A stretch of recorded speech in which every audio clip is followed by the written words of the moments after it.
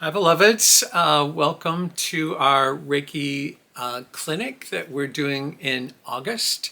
And we always have a theme that we prep ourselves with and just kind of reflect on how we're doing in our hearts and our lives and our bodies as practitioners before we send out healing energy to the world of people who have requested, and then lay hands on people to do healing work through hands-on Reiki.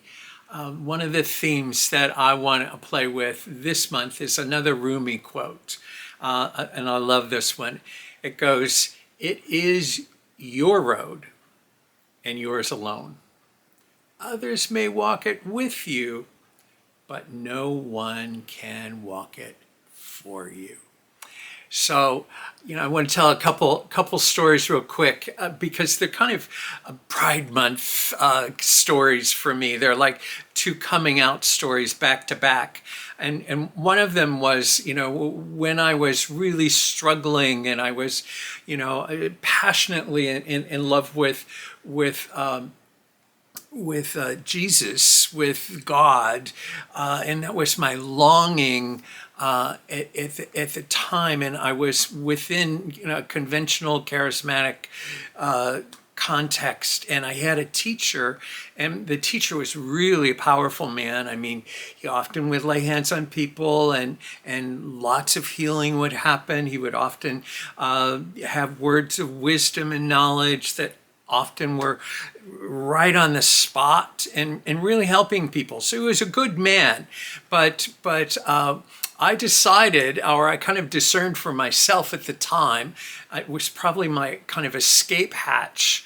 But I felt like I wanted to go to Fort Lauderdale, Florida, to be part of a charismatic community there where there were some really well-known people and that whole genre. And I told my elder or my mentor that I was going to do that, and he as in that tradition prophesied over me, and he said, "Kirk, if you drive," because I was going to drive across the bridge from Cincinnati going to Florida, when you drive across the bridge, you will die."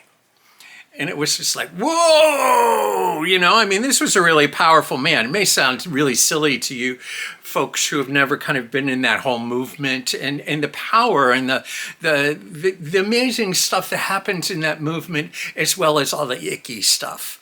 But he said, "You'll die." So here I am, and I'm going, nope.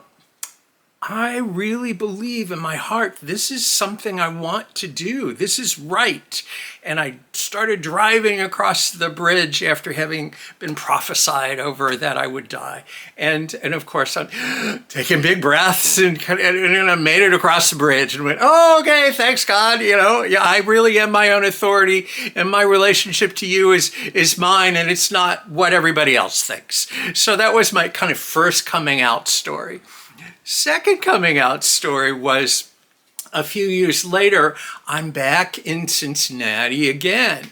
Only this time I'm fully out as a queer man. And I was president of the gay and lesbian, what was called the Gay and Lesbian Coalition at that time. 27 or more organizations got together and coordinated events and things. But oddly enough, because it was Cincinnati, the former president had never been publicly out. And so he was not visible.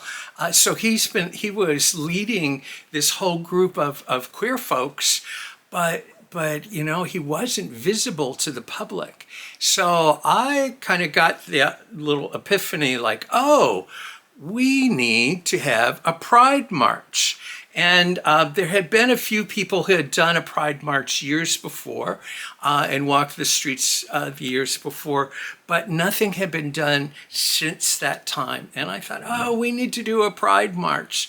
And And so I got together all the people in the organization, and I said, okay, even if I'm the only one who marches down the street alone, I will do it. But let's get a permit and let's have a Pride March. And of course, about 500 people, I think, showed up for Pride March. And it was kind of the reawakening that, Pride is something, it's joyful, it's political, we get seen, we get heard, we get known, our presence is there. Because in the city of Cincinnati, where when I grew up as a little kid, the mayor at the time said, we don't have a problem with gay people at the time because we don't have any gay people in the city. So it was so important to become visible. So coming back to Rumi's quote, it is your road and yours alone. Others may walk it with you, but no one can walk it for you. Both of those experiences were me having to be alone with my understanding of the divine and my own guidance and my own and chutzpah and all of that stuff to drive across the bridge, to walk through the streets of Cincinnati. So being alone is something that we all, have to do and going into the next passage.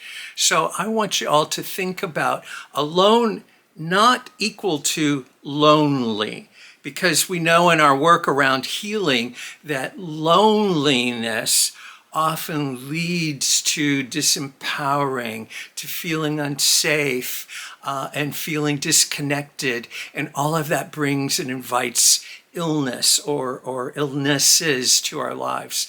But being alone, it can be in your power. You can be in your power to make the next step. What's the next step for you that you may feel like, there are folks walking with you, and at the same time, you're the only one who can do that. And so I want us to kind of play with being alone and separate from feeling lonely. In our next kind of check-in before we do our Reiki night. So hope this gives you some food for thought. Namaste.